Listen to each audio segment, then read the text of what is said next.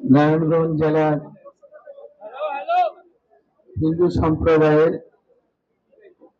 সবচেয়ে বড় পূজা উৎসব শারদীয় দুর্গা পূজা উপলক্ষে নারায়ণগঞ্জ জেলা বিএনপি এবং মহানগর বিএনপির এই মত বিনিময় সভার সম্মানিত সভাপতি, আমাদের অত্যন্ত প্রিয় ভাজন ব্যক্তি শঙ্কর কুমার দে, আজকের অনুষ্ঠানে সম্মানিত প্রধান অতিথি, বাংলাদেশ জাতীয়তাবাদী দল কেন্দ্রীয় নির্বাহী কমিটির সহ সাংগঠনিক সম্পাদক ঢাকা বিভাগ, আমাদের অত্যন্ত প্রিয় ভাজন ব্যক্তি এবং নেতা জনাব বেনজির আহমেদ টিপু, আজকের অনুষ্ঠানের সম্মানিত প্রধান বক্তা, নারায়ণগঞ্জ জেলার এক কৃতি সন্তান, বাংলাদেশ জাতীয়তাবাদী দল কেন্দ্রীয় নির্বাহী কমিটির সহ সাংগঠনিক সম্পাদক ঢাকা বিভাগ জনাব নজরুল ইসলাম আজাদ, এই মত বিনিময় সভায় উপস্থিত নারায়ণগঞ্জ মহানগর বিএনপির সংগ্রামী আহ্বায়ক, আমাদের প্রিয় নেতা জনাব অ্যাডভোকেট সাখাওয়াত হোসেন, নারায়ণগঞ্জ জেলা বিএনপির সংগ্রামী সাধারণ সম্পাদক আমার অত্যন্ত স্নেহভাজন আমার গোলাম ফারুক খোকন, নারায়ণগঞ্জ মহানগর বিএনপি সংগ্রামী সদস্য সচিব আমার অত্যন্ত স্নেহভাজন ছোট ভাই আবু আল ইউসুফ খান টিপু, মঞ্চে উপবিষ্ট হিন্দু সম্প্রদায়ের এই নারায়ণগঞ্জের বিশিষ্ট সম্মানিত ব্যক্তিবর্গ, আমার প্রিয় সহকর্মী বিএনপি এবং অঙ্গ সংগঠনের নেতৃবৃন্দ, উপস্থিত ভাই এবং বোনেরা, আসসালামু আলাইকুম। আজকে এই মত বিনিময় সভায় হিন্দু সম্প্রদায়ের সম্মানিত নেতৃবৃন্দের বক্তব্য শুনে আমার খুব ভালো লাগছে। এই জন্য যে তারা বক্তব্যে একটি কথা প্রকাশ করেছেন যে পূর্বের চাইতে বেশি আনন্দ উৎসাহের সাথে নিরাপত্তার সাথে এবার তারা প্রস্তুতি নিয়েছেন পূজা পালন করার জন্য। এটা আমার কাছে খুব ভালো লেগেছে। তো এই ক্ষেত্রে আমি মাত্র 2 মিনিট কথা বলবো, একেবারে 2 মিনিট। ছোটবেলায় জন্মের পর যখন বুঝ হয়েছে তখন স্কুলে গিয়েছি, আমরা যারা ছাত্র ছিলাম সেখানে হিন্দু আর মুসলিম অন্য কোনো ধর্মের ছিল না, পড়ালেখা করেছি। এরকম পূজা বারবার ঘুরে ঘুরে ফিরে আসছে আমাদের কাছে। পূজা অনুষ্ঠানের জন্য এমন আয়োজন কোনোদিনই করতে হয় নাই, স্বাচ্ছন্দ্যে পূজা হয়েছে। এখন অভয় দেওয়ার জন্য কিংবা যারা পূজায় অংশগ্রহণ করবে তাদেরকে আশ্বস্ত করার জন্য, তাদেরকে প্রহরায় দেওয়ার জন্য আজকে অনেক ধরনের আয়োজন করতে হচ্ছে। এটা আমার কাছে অবাক বিস্মিত ব্যাপার মনে হয়। দেশটা তো আমাদের সকলের, মহান মুক্তিযুদ্ধে 1971 সালে অংশগ্রহণ করলাম, হিন্দু মুসলিম বৌদ্ধ খ্রিস্টান সবাই, কারণ দেশটা আমাদের সকলে। যুদ্ধ করলাম, প্রাণ দিলাম, রক্ত দিলাম, এটা তো সবাই দিলাম। সবাই যুদ্ধ করে যে দেশ আমরা অর্জন করেছি, সেখানে পূজা অনুষ্ঠানের জন্য এমন আয়োজন করতে হয় কেন, একটু সেই ব্যাপারে বলতে চাই। যেদিন থেকে স্বৈরাচারী ফ্যাসিস্ট সরকার নিজেদের রাজনৈতিক স্বার্থ হাসিলের জন্য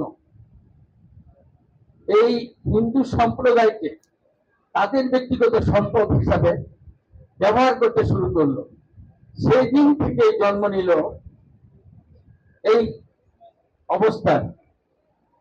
এই বিরোধ সৃষ্টি করেছে যারা, তাদের সময় আপনারা যারা ছিলেন হিন্দু সম্প্রদায়ের, নিশ্চয়ই খুব ভালোভাবে বলতে পারেন নাই যে স্বাভাবিকভাবে আপনারা পূজা উদযাপন করবেন। আজকে যেভাবে বলতে পেরেছেন, আপনারা আজকে বলতে পারছেন, কিন্তু আমরা কিন্তু বলতে পারছি না। আমরা খুব ভীত, সন্ত্রস্ত, শঙ্কিত অবস্থায় আছি। এই জন্য প্রতি স্বৈরাচার এই হিন্দু সম্প্রদায়কে ব্যবহার করে হিন্দু সম্প্রদায়ের অনুষ্ঠানে আঘাত এনে ধর্মীয় উপাসনালয়ে আঘাত এনে তাদের স্বার্থকে, শুধু রাজনৈতিক স্বার্থকে চরিতার্থ করার জন্য চেষ্টা করেছে, আর দোষটা চাপানোর চেষ্টা করেছে যারা তাদের প্রতিপক্ষ, আমরা বিরোধী ছিলাম, আমাদের উপর। আজকে আপনারা নির্দ্বিধা নিঃসংকোচে পূজা উদযাপন করবেন, কিন্তু আমরা কিন্তু ভীত, আমরা ভয়ভীত। এই জন্য এই পূজা নিয়ে, এই হিন্দু সম্প্রদায়কে নিয়ে তারা অনেকদিন রাজনীতি করেছে। প্রতি স্বৈরাচার এখন ষড়যন্ত্র করে যে কোনো ঘটনা করবে না, আর সেই ঘটনার দায়ভার অন্যের উপর ফেলবে না, এটা তো বলা যাচ্ছে না। সেই জন্য আমরা ভয়ভীত, আমরা ভীত, কিন্তু আপনারা ভীত হওয়ার কোনো কারণ নাই, কারণ আজকে আপনারা সম্পূর্ণ নিরাপদ। কারণ আপনাদের ব্যবহার করার জন্য আমরা রাজনীতিবিদরা আসি নাই, আপনাদেরকে ব্যবহার করব না। আপনারা এই দেশের নাগরিক, যাকে ইচ্ছা তাকে পছন্দ করবেন, ভোটে আপনারা ভোট দিবেন, এটা আপনাদের অধিকার, গণতান্ত্রিক অধিকার। এই অধিকারকে সম্মান করে বিএনপি, শহীদ প্রেসিডেন্ট জিয়াউর রহমান এই বিএনপি প্রতিষ্ঠা করে বিএনপির নেতা কর্মীদের একটা আদর্শ উপহার দিয়ে গেছে, সেটা হলো দেশপ্রেম আর দেশের মানুষের কল্যাণে কাজ করা।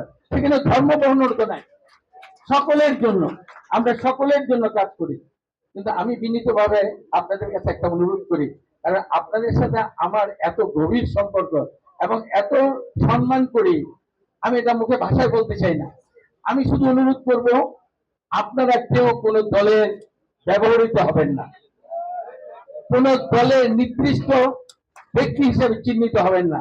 যদি চিহ্নিত হন, যতদিন বাংলাদেশ থাকবে ততদিন পূজা পার্বণে এরকম সভা করতে হবে। আর যদি সেটা না করেন, আমাদের ছোটবেলা যেই পূজা দেখেছে সেই পূজায় আপনারা ফিরে যেতে পারবেন না। পছন্দ করবেন আপনারা, কোনটায় থাকতে চান এটা আপনাদের।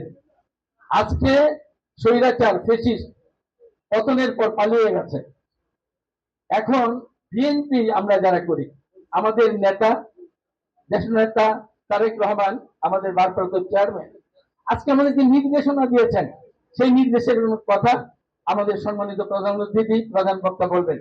আমি অন্যদিকে না গিয়ে শুধু একটা কথা নারায়ণগঞ্জের আপনারা যারা আছেন তাদেরকে বলতে চাই, যখন এই স্বৈরাচার ক্ষমতায় ছিল, যারা এখানে ব্যবসায়ী চাঁদা যদি দিয়ে থাকেন, তাহলে সেই স্বৈরাচারের দোষদেরকে দিয়ে আপনাদের ব্যবসা বাণিজ্য করতে হয়েছে এবং অনেক সময় করতে হয়েছে। আর আমরা যখন থাকি চাঁদা দিতে হয় না। আপনারা কে কোন ব্যবসা করেন কোনোদিন ফোন করে জিজ্ঞাসাও করি না, এত নিরাপত্তার সাথে থাকেন। কাজে আপনাদের মধ্যে ওই চেতনা থাকতে হবে, কাদের সময় আপনারা নিরাপদ আর কাদের সময় আপনারা নিরাপদ না, কারা রাজনৈতিক ভাবে আপনাদেরকে ব্যবহার করে, কারা রাজনৈতিক ভাবে ব্যবহার করে না।